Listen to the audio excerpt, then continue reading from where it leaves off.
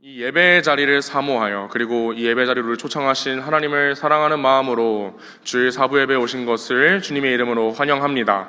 옆에 계신 분들과 함께 인사해 봅시다. 잘 오셨습니다. 잘 오셨습니다. 한 번 더 인사해 볼까요? 하나님의 은혜가 가득합니다. 하나님의 은혜가 가득합니다. 네, 이 자리 가운데에서 하나님께서 부어주시는 그 놀라운 은혜를 풍성히 누리고 돌아가시는 사랑하는 청년분 되시기를 주님의 이름으로 간절히 소망합니다. 여러분도 잘 아시다시피 저는 유년부를 함께 섬기고 있습니다. 이제 12시에 유년부 예배를 드리고 말씀을 나누고 이렇게 올라오고는 하는데요.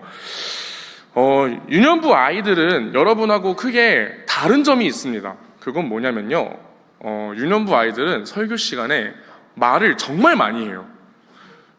물론 이제 제가 유년부 아이들에게 너희가 예배 시간에 궁금한 게 있으면 편하게 손들고 물어봐도 돼? 라고 제가 이야기를 하고 말씀을 나누기 때문에 그거는 괜찮습니다. 그래서 아이들은 실제로 저한테 손을 들고 의로운 게 뭐예요? 이렇게 물어보는 친구도 있고, 가끔은 어떤 질문들 같은 경우는 말씀을 전하는 저조차도 깊은 고민이 들게 하는 질문들도 있어요. 그래서 저를 보고 그렇게 말을 해주면 참 좋은데, 한 3학년 이때쯤부터는요, 그 말하는 아이들의 고개가 옆으로 돌아가기 시작합니다. 이쪽 친구는 이렇게 돌아가요. 그리고 저한테 질문을 하는 게 아니라 자기들끼리 이야기를 시작합니다. 그래서 좀 당황스러워요. 얘네가 왜 이러지? 초등부에 올라갈 때가 됐다는 거죠. 저는 그런 걸 보면 처음에는 넘어가요. 왜냐하면 선생님들께서 계시기 때문에 선생님들이 지도를 해주시면 아이들이 웬만하면 말을 잘 듣습니다. 간혹 그런 중에 선생님께서 말씀하셔도 듣지 않는 경우가 있어요. 그럼 저는 말씀을 전하다가 우리 친구들 오늘따라 말씀 듣는 자세가 하나님께서 기뻐하시지 않을 수도 있을 것 같아요 라고 눈치를 살짝 줍니다.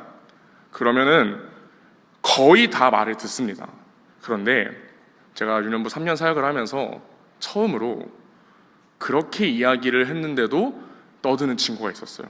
누군지는 여기서 얘기하진 않겠습니다.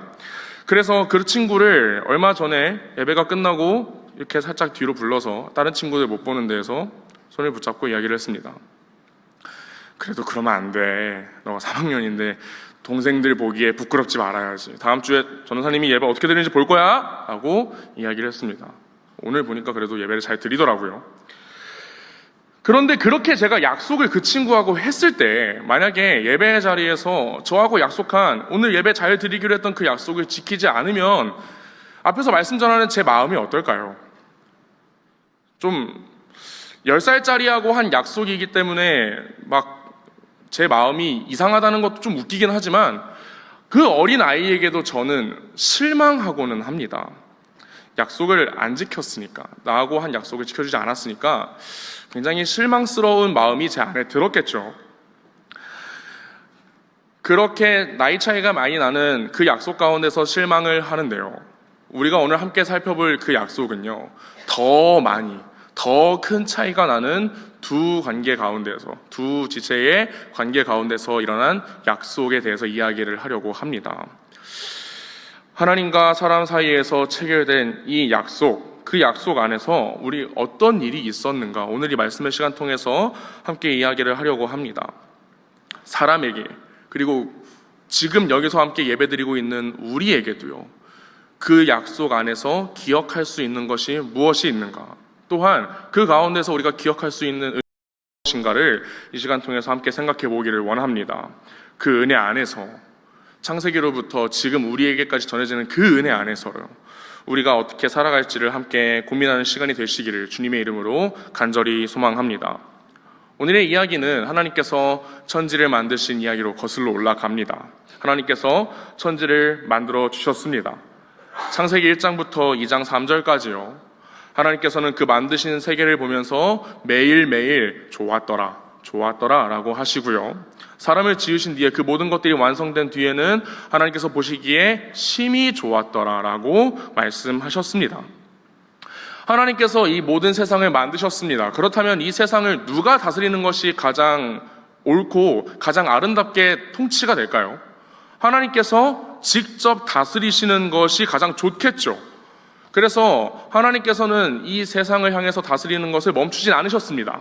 하지만 그 다스리는 사역을 함께 할 수 있는 또 다른 이들을 만드셨어요. 창세기 1장 26절은 그 사역을 함께 기쁨으로 감당하는 자들이 누구인가를 소개하고 있습니다. 창세기 1장 26절 말씀 한번 같이 읽어보겠습니다. 시작. 하나님이 이르시되 우리의 형상을 따라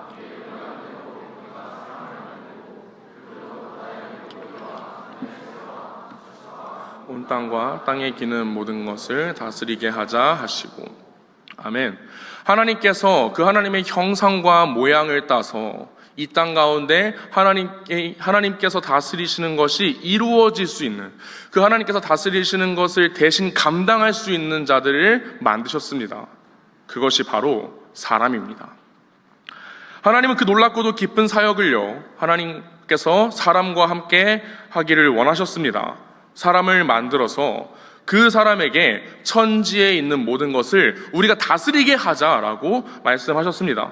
그리고 그 사람을 지으신 뒤에 하나님께서는 직접 지으신 남자와 여자에게 이렇게 명령하십니다. 창세기 1장 28절 하나님이 그들에게 복을 주시며 하나님이 그들에게 이르시되 생육하고 번성하여 땅에 충만하라. 땅을 정복하라. 바다의 물고기와 하늘의 새와 땅에 움직이는 모든 생물을 다스리라 하시니라. 아멘. 하나님께서는 이렇게 직접 명령을 주셨습니다.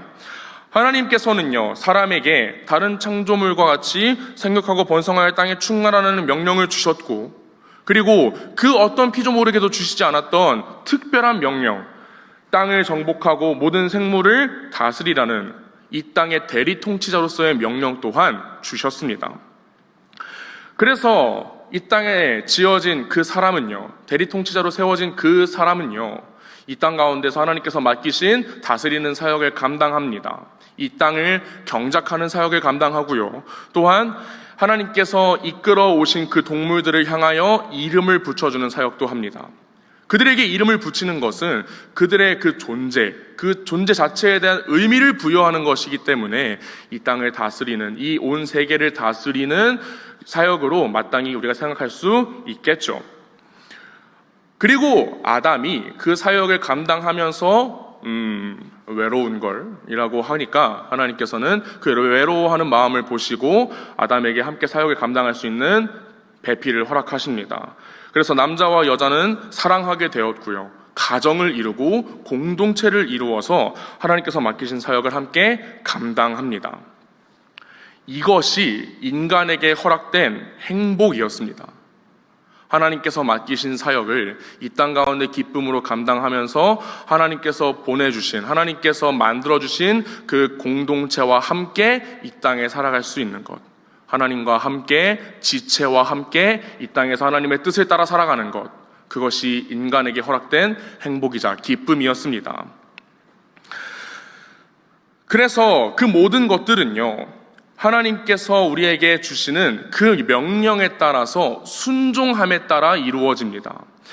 이 약속은요, 하나님과 우리가 쌍방으로 하나님 이런 거 해주시면 제가 이런 거 해드릴게요, 이런 방법으로 체결되는 것이 아니라, 그 약속은 하나님께서 이렇게 하거라 라고 말씀하셨을 때 인간이 네 주님 제가 그렇게 하겠습니다라는 순종으로 언약이 이루어집니다. 아까 말씀드렸다시피 하나님의 뜻에 따르는 것이 기쁨이었고 그것이 우리의 행복이기 때문이죠. 하지만 하나님께서는 그 명령 가운데 한 가지 조건을 더 거셨습니다. 창세기 2장 17절의 말씀 제가 읽겠습니다. 선악을 알게 하는 나무의 열매는 먹지 말라. 내가 먹는 날에는 반드시 죽으리라 하시니라. 아멘. 조건이 있었습니다. 선악을 알게 하는 나무의 열매를 먹지 않는 것입니다.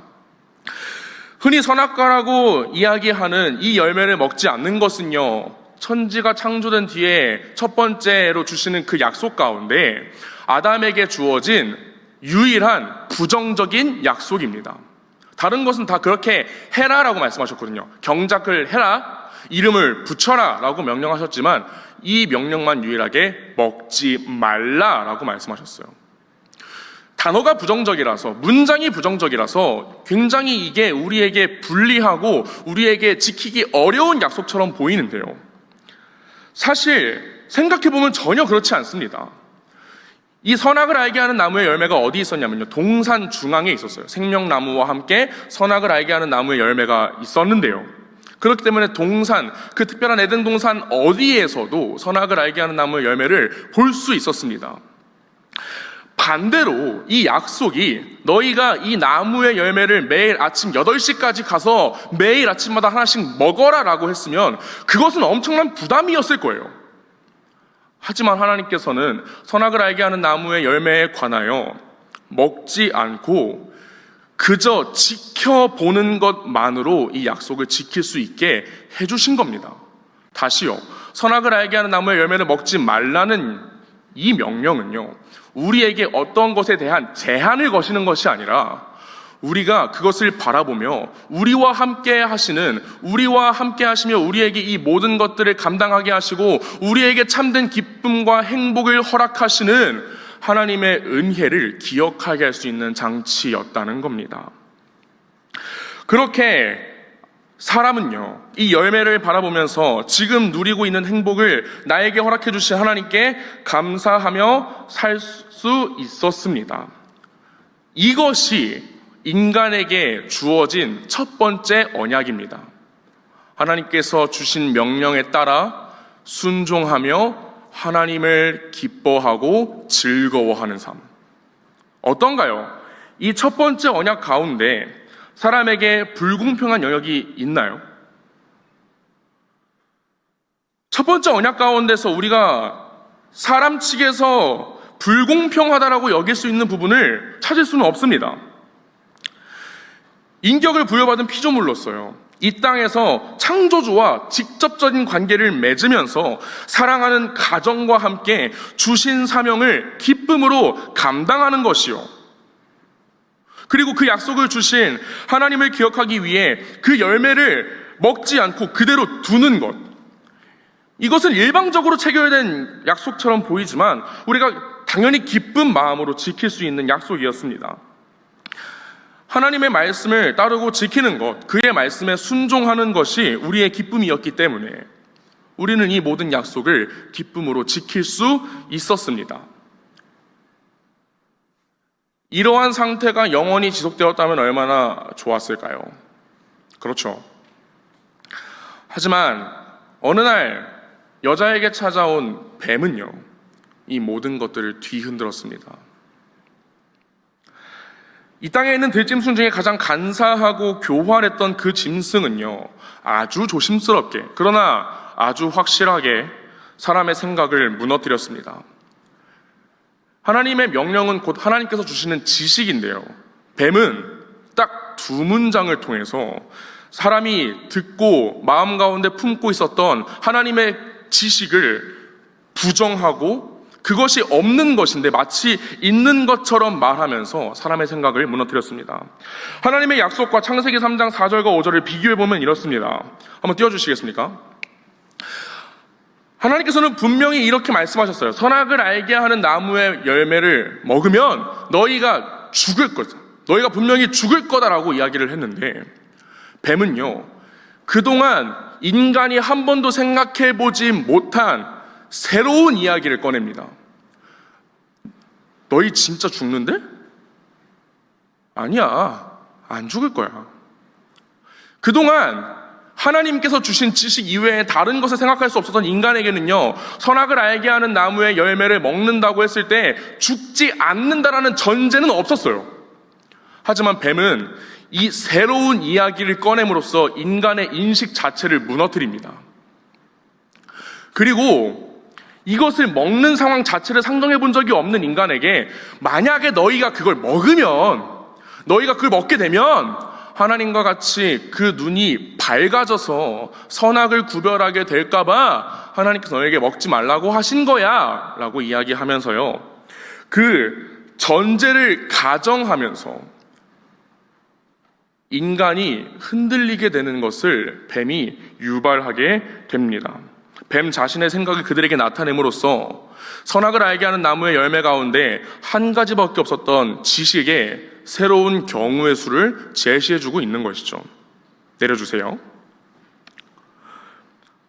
다시요, 본래 이 약속에서 사람에게 먹지 않는 것, 곧 하나님의 말씀에 순종하는 것 이외에는 인간에게 선택지는 없었습니다. 그렇지만 뱀의 간교한 말들로 인해서 이제는 사람에게 선악과를 먹어도 되지 않을까라는 새로운 선택지가 열린 것입니다.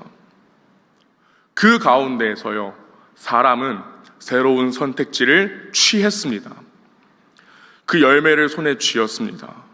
그리고 그 열매를 직접 베어 물었습니다.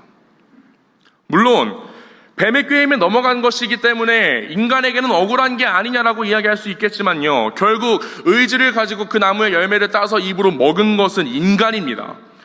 순종과 불순종 가운데 인간이 불순종을 직접 선택을 했습니다. 피조물이 창조주의 자리를 넘본 것이고 사람이 하나님에게 반역을 저지른 게 되는 것이죠. 말씀에 대한 불순종과 하나님께 대한 반역, 우리는 이것을 죄라고 부릅니다.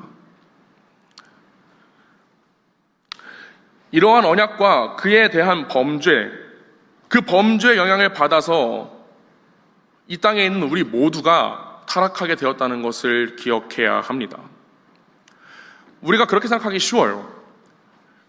죄의 삭슨 사망이라고 하니까 우리가 이 땅에서 죽는 것이 우리에게 주어지는 죄의 결과가 아닌가요?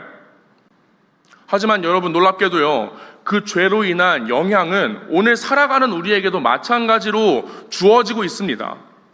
여러분, 혹시 직장 다니시는 분들, 직장 다니기 힘드시죠? 네. 원래 이 땅에서는요, 적게 일하고도 많이 거둘 수 있었습니다. 일하는 것이 기쁨이었고 그 가운데서 우리에게 충만한 대로 거둘 수 있었습니다. 그러나 하나님께서는 이제 밭을 갈며 가시덤불과 엉겅퀴가 방해하는 가운데 땀 흘려 일하면서 먹을 것이라고 말씀하십니다. 우리에게 주어진 죄의 저주이죠. 또 출산의 고통이 얼마나 고통스럽습니까? 얼마나 아픕니까? 첫 번째, 인간이 경험할 수 있는 가장 큰 고통이 첫 번째 출산이고, 인간이 경험할 수 있는 두 번째 고통이 그 다음부터의 출산이라고 이야기를 하더라고요. 하나님께서 죄로 인해서 인간에게 주시는 저주 중에 하나가 해산의 고통입니다. 우리가 죽어서 흙으로 돌아가는 것도, 우리가 마음 가운데 가지고 있는 그 죄 때문에 우리가 영원히 형벌을 받는 것도, 이 삶을 마치는 것과 그 삶을 마친 뒤에 주어지는 모든 것들이 그 불순종으로 인하여 생긴 영향이라는 것을 기억해야 합니다.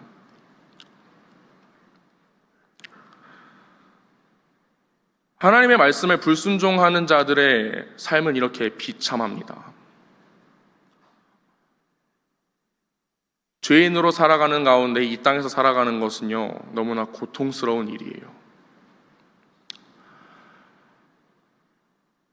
아담이 그랬고요, 성경에 등장하는 많은 사람들이 그랬고, 오늘을 살아가는 우리도 그렇습니다. 첫 언약에 대해서 처음으로 범죄한 그 대가가 너무나 큽니다.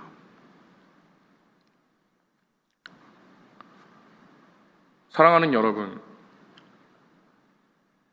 여기에서 모든 이야기가 끝났다면 우리의 삶이 얼마나 비참합니까? 하나님께서 그렇게 저주를 부으신 뒤에 우리에게 그 어떤 말씀도 해주시지 않았다면 우리의 삶이 얼마나 고통스럽겠습니까? 한번 생각해 보세요. 결국 이 땅에서 그렇게 고통스럽게 살다가 죽은 뒤에 영원히 타는 불에 영원히 내 몸이 타고 있다는 생각을 하면요, 지금 당장 살아야 되는 건지 죽어야 되는 건지 우리는 선택조차 할 수 없을 것입니다. 그것이 죄인이 가지게 되는, 죄인이 처한 오늘의 그리고 내일의 상황이라는 것입니다. 그럼에도 불구하고 공의로우시나 사랑이신 하나님께서는요, 우리에게 그 죄에 대한 대가로 저주만 허락하진 않으셨습니다. 사람이 범죄하여 죄인이 되었습니다. 같지도 않은 무화과 나무 잎을 엮어서 몸을 가리고 있는 사람은 하나님 앞에 본인이 범죄한 것에 대한 처분을 기다리고 있었습니다. 하나님께서는 먼저 뱀에게 그 죄를 이 땅 가운데 들여온 데에 대한 저주를 내리십니다. 땅을 기며 흙을 먹을 것이라는 저주였죠. 그리고 마침내 패망할 것이라는 저주를 하나님께서 내리셨습니다. 그런데 뱀에게 저주를 내리실 때 하나님께서는 특별히 인간에 관한 이야기를 덧붙이십니다. 오늘 함께 읽은 본문 창세기 3장 15절의 말씀을 함께 한 목소리로 읽어보기를 원합니다. 시작! 내가 너로 여자와 원수가 되게 하고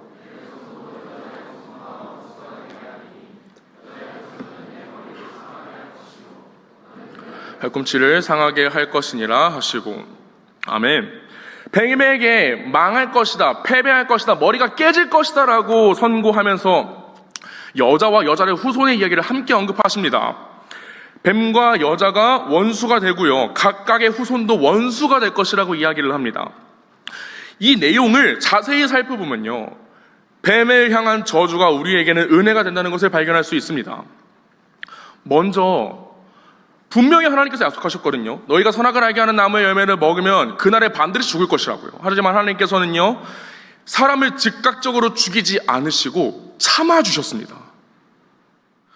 그리고 하나님의 말씀에 순종하지 않고 뱀의 말씀에 순종한 사람들을요, 너 내 말에 불순종하고 저 뱀의 말을 들었으니 이제는 내 편이 아니라 저 뱀의 편이다라고 버리시는 것이 아니라 여전히 뱀과 원수가 될 나의 편이라고, 하나님의 편이라고 인간을 두둔해 주셨습니다. 하나님은 죄와 관련된 것과 가까워질 수 없는 분이에요. 그런데도 불구하고 하나님께서는 그 죄인들을 참아주시고 죄인들을 품어주심으로 은혜를 베풀어 주셨습니다. 그뿐만이 아닙니다. 하나님께서는 약속을 주십니다. 하나님께서 예비하신 그 여자의 후손, 그 구원자가 물론 그의 발꿈치가 상할 것이지만 그로 인하여 그 구원자를 통해서 뱀의 후손을 멸망시킬 것을 약속하십니다. 이것이 놀라운 이유는요, 이전 가운데 사람이 그 언약 가운데 본인이 직접 행동함으로써 지켜야 했던 그 언약을 이제는 인간과 관련된 언약인데도 불구하고 하나님께서 직접 책임지고 직접 본인이 그 언약을 지킬 것이라고 약속하고 계시기 때문에 이 언약은 매우 놀라운 것입니다. 이제 인간의 행위로 지켜지는 언약이 아니라 신실하신 하나님께서 직접 지키시고 그가 세우시는 구원자로 말미암아 지켜지는 은혜의 언약을 하나님과 사람 사이에 세워주신 것입니다. 사랑하는 여러분, 여자의 후손으로 오신 우리의 구원자로 오신 그분이 누구이십니까? 하나님께서 세우셔서 뱀의 후손의 머리를 상하게 하시고 모든 그 믿는 자를 구원하시는 분이 누구이십니까?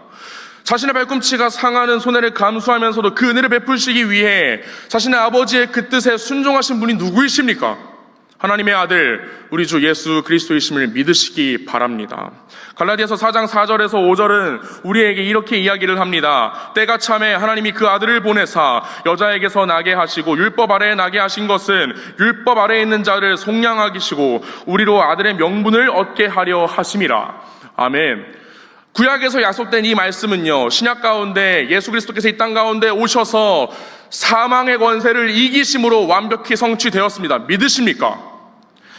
하나님은 아들이 이 땅에 보내주시고요, 그리고 율법 아래에서 그를 죄인으로 살아가는 이들을 속량하게 하시기 위해서 그를 이 땅 가운데 보내주셨습니다. 그래서 그를 믿는 자들을 아들의 명분을 얻는 은혜를 허락해 주셨습니다. 그 아들은 어떤가요? 만물과 율법의 주인이었던 그분이 육체 가운데 율법 아래에 계시면서 스스로를 낮추시고 죽음과 전혀 연관이 없던 그분께서 십자가에 달려 본인이 직접 죽으시는 손해를 감수하셨습니다. 왜요? 우리의 원수를 이기시고 우리를 구원하시는 은혜를 베푸심으로 우리를 향한 사랑을 확증하시기 위해서입니다. 그래서 아담을 즉시 죽이지 않고 참아주신 것처럼 그 모든 것이 성취될 때까지 하나님께서는 믿지 않는 자들의 죄를 참아주시면서 하나님께서 이미 정하신 모든 믿는 자들이 하나님의 자녀로 돌아올 때까지 참으며 기다리고 계시는 것입니다. 그리고 그렇게 살아가는 것이 죄인으로서의 낙인이 얼마나 고통스러운지 아시기 때문에 특별히 이 땅 가운데 처음으로 온 그 사람들에게 하나님께서는 특별한 은혜를 베풀어 주십니다. 죄인이라는 낙인을 덮고 하나님께서 베푸신 그 은혜를 기억할 수 있는 수단을 주시죠. 창세기 3장 21절의 말씀입니다. 여호와 하나님이 아담과 그의 아내를 위하여 가죽옷을 지어 입히시니라. 아멘. 이 은혜의 단락은요, 가죽옷을 지어 입히는 것으로 마무리됩니다. 가죽을 얻기 위해서는 동물이 죽어야만 합니다. 아마 그 당시의 창조 세계에서는 죽음이라는 것이 없었겠죠. 하지만 하나님께서 이들의 죄악을, 이들의 허물을 덮어주시기 위해서 그 땅 가운데서 동물의 생명을 거두셨습니다. 그리고 그 생명을 거둔 동물의 가죽을 벗겨서 아담과 하와에게 직접 손수 옷을 지어 입혀 주셨습니다. 사람을 죽이는 대신 사랑하는 피조물의 생명을 직접 거두셨고요. 이들에게 은혜를 내가 직접 베풀었다는 것을 확증하시기 위해서 손으로 손수 옷을 지어서 입혀 주셨습니다. 무화과 잎으로 엮어서 만들었던 그 조악한 옷을 벗게 하시고 하나님의 은혜를 나타내는 가죽옷을 입게 되는 것이죠. 아마 그들이 계속해서 하나님의 은혜를 보여줄 수 없는 무언가가 없었다면요, 아담과 하와의 후손은 계속해서 본인들의 첫 번째 조상을 원망했을 것입니다. 왜 그때 선악과를 먹어가지고, 마치 우리가 여기서 이야기하는 것처럼요. 하지만 그들이 입고 있는 하나님께서 지어주신 그 가죽옷을 보며 그들은 그들의 조상에게 함부로 말하지 못했을 것입니다. 그 가죽옷은요, 하나님 앞에 그들의 죄를 덮는 은혜였고 그 땅 가운데 살아가는 사람들에게 허물을 덮는 은혜였습니다. 그 가죽옷의 은혜는요, 에덴 동산에서 쫓겨나서 하나님 앞에 살아가던 아담과 하와에 이어서 오늘 이곳에서 함께 예배드리고 있는 우리에게도 유효합니다. 로마서 5장 8절과 갈라디아 3장 27절은 이렇게 이야기합니다. 우리가 아직 죄인 되었을 때 그리스도께서 우리를 위하여 죽으심으로 하나님께서 우리에 대한 자기의 사랑을 확증하셨느니라. 누구든지 그리스도와 합하기 위하여 세례를 받은 자는 그리스도로 옷 입었느니라. 아멘. 하나님은요, 자신의 아들을 죽음으로 내모셨습니다. 마땅히 죽어야 하는 인간이 아니라 자신의 사랑하는 아들을 내어주셨습니다. 아들은 그것에 대해서 토를 달지 않고 순종함으로 그 구원의 은혜를 우리에게 베풀어 주시고 이루어 주십니다. 우리를 위하여 죽으심으로 그 사랑을 확증하십니다. 그 아들의 죽음으로 그를 믿고 영접하여 세례를 받아 의롭다 하심을 받은 자들은 이제는 그리스도의 옷을 입고 이 땅 가운데 살아가는 동안, 그리고 최후의 심판의 자리에 섰을 때에도 죄인의 모습이 아닌 그리스도의 모습으로 세워지고 살아가는 은혜를 입게 되었습니다. 왜 그리스도로 옷을 입어야 할까요? 우리가 누가복음에 아주 친숙하게 알고 있는 둘째 아들의 이야기를 통해서 살펴볼 수 있습니다. 둘째 아들이 마을 가운데 들어올 때 아버지께서는 뛰어나가서 그 둘째 아들을 안아주십니다. 그리고 그 집에 앉혀서 무엇을 제일 먼저 하냐면요, 그 집에서 가장 좋은 옷을 입히고 손에 가락지를 끼워주십니다. 그것은 무엇을 의미하냐면요, 물론 이전에 나에게 범죄하고 나에게 반역했던 내 아들이지만 내가 이 아들에게 은혜를 베풀었다. 이제 이 아들은 둘째 아들의 이름으로 집에 있는 게 아니라 지금 옷을 입고 있는 저 옷의 주인 나의 이름으로 있는 것이다. 그러니 이 집에 있는 첫째 아들이든 그 집을 위하여 일하는 종이든 그 누구든지 간에 이 아들을 욕하고 이 아들을 정죄하지 말라는 뜻입니다. 손에 가락지를 끼는 것은요, 그 집을 다스릴 수 있는 권한을 주시는 것이죠. 하나님께서는 마치 둘째 아들에게 옷 입혀주는 그 아버지와 같이 우리에게도 그리스도의 옷을 입혀주시고 손에 가락지를 끼워주시고 그 죄에 대한 책망을 묻지 않으시고 그 누구도 우리를 정죄하지 못하게 하며 손에 가락지를 끼움으로 우리에게 다스리시는 은혜를 다시 한번 허락하시는 것입니다.